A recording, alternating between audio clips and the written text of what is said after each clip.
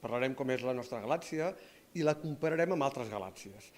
I d'aquesta manera, probablement al final ens adonarem de la nostra petitesa dins del nostre meravellós planeta que és la Terra.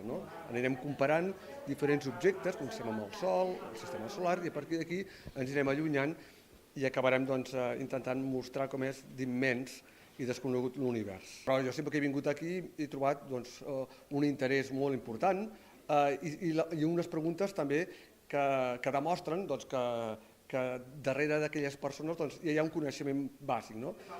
I, en fi, una altra cosa és que el país com Andorra que pugui tenir un centre d'astronomia per fer més divulgació a nivell més de divulgació i fins i tot de recerca, potser és un tema que valdria la pena anar-s'ho mirant. Sí que és un tema que sempre m'ha preocupat i que no acabo d'entendre i que m'agradaria saber més, i potser avui sabré alguna més del que és la Via Làctea, perquè sempre m'han explicat que si estem a la cua, que si des d'aquí ens veiem, i no acabo d'entendre. Fem una observació al pas de la casa, tot i que també era incert perquè hi havia molta boat, molts núvols, es va escampar i... La sonda Voyager deu estar unes 10 o 11 hores. Les sondes Voyager van enviar 74, 75, fa 40 anys que viatja.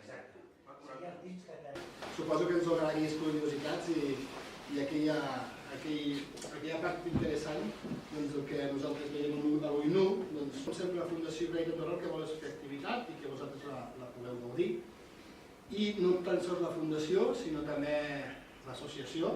Podria convidar aquí, jo abans carinyosament ho comentava amb algú que tindria que demanar al govern tot perquè, bé, la meva feina, que és astrònom en un observatori d'aquí de Catalunya, a uns 150 quilòmetres d'Andorra, en la bonica vall del Montsec,